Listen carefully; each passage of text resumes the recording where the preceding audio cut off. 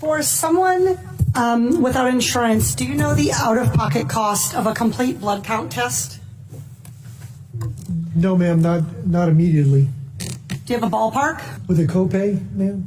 No, the out-of-pocket, just the typical cost. I do not, ma'am. Okay, a CBC typically costs about $36. What about the out-of-pocket cost for a complete metabolic panel? Ma'am, I'd have to pass on that as well. You have any idea? You want to take a ballpark? I would say $75. Okay, 58. Getting closer. How about flu A? The flu A test. Ma'am, I would take a guess at about maybe 50. 43. This is like the Price is Right. Flu B. Too high again. I would probably say 44. That's good.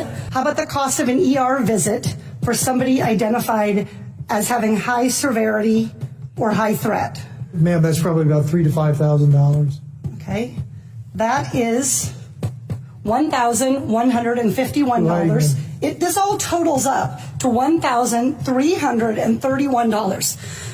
That's assuming they aren't kept in isolation. Isolation can add up for one family already, $4,000. And fear of these costs are going to keep people from being tested, from getting the care they need, and from keeping their communities safe. We live in a world where 40% of Americans cannot even afford a $400 unexpected expense. We live in a world where 33% of Americans put off medical treatment last year. And we have a $1,331 expense, conservatively, just for testing for the coronavirus. Dr. Redfield, do you want to know who has the coronavirus and who doesn't? Yes. Not just rich people, but everybody who might have the virus? All of America. 42 CFR 71.30.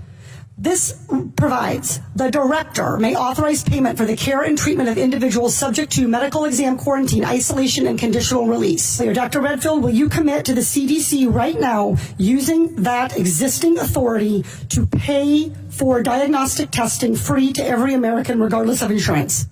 Well, I can say that we're going to do everything to make sure everybody can get the care they need. No, not good enough. Reclaiming my time. Dr. Redfield, you have the existing authority. Will you commit right now to using the authority that you have vested in you under law that provides in a public health emergency for testing, treatment, exam, isolation without cost, yes or no? What I'm going to say is I'm going to review it in detail with CDC and the department. Reclaiming my time. Dr. Redfield, respectfully, I wrote you this letter along with my colleagues, Rosa DeLaura and Lauren Underwood, Congressman Underwood and Congressman DeLaura. We wrote you this letter 1 week ago. We quoted that existing authority to you, and we laid out this problem. We asked for a response yesterday. The deadline and the time for delay has passed. Will you commit to invoking your existing authority under 42 CFR 71.30 to provide for coronavirus testing for every American regardless of insurance coverage? What I was trying to say is that CDC is working with HHS now to see how we operationalize that. Dr. Redfield,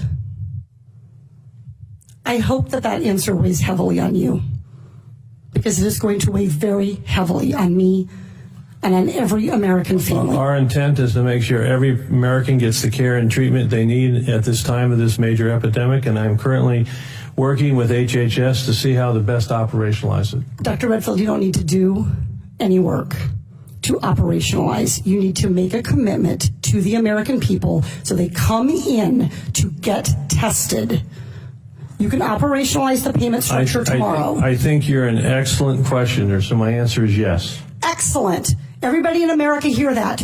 You are eligible to go get tested for coronavirus and have that covered regardless of insurance. Please, if you believe you have the illness, follow precautions. Call first. Do everything the CDC and Dr. Fauci, God bless you, for guiding Americans in this time.